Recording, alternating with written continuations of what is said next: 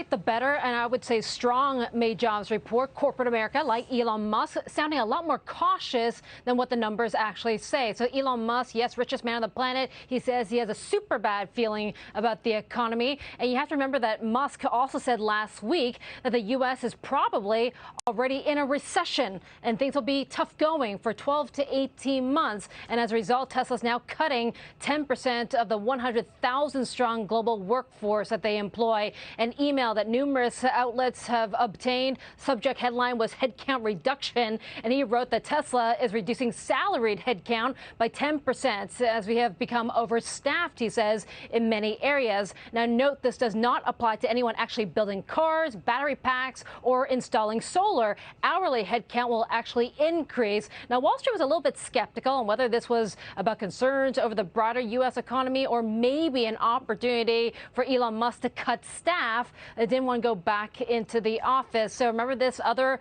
Musk headline email leaked this week suggesting that he was threatening workers who didn't want to work 40 hours back at Tesla offices. He says you can leave. Now, it's not just Elon Musk. We also heard from, of course, J.P. Morgan's Jamie Dimon warning of a hurricane coming for the U.S. economy and these storm clouds. Goldman Sachs' president also calling the current economic climate the most complex. And then Restoration Hardware CEO also predicting the Fed has a long way to go to fight inflation.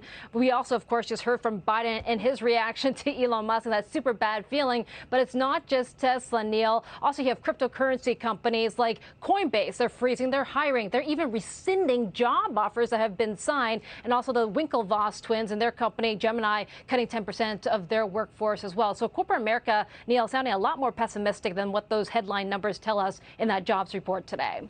All right, Susan, if you can just stay there. We're joined by my colleague and friend, Gary Kalpon, Kalpon Capital Management. And Gary, one of the things that stood out to me in Susan's report there is that this is a number of key players now saying beyond the president, we've got problems, we've got worries. Jamie Dimon, Elon Musk, a host of...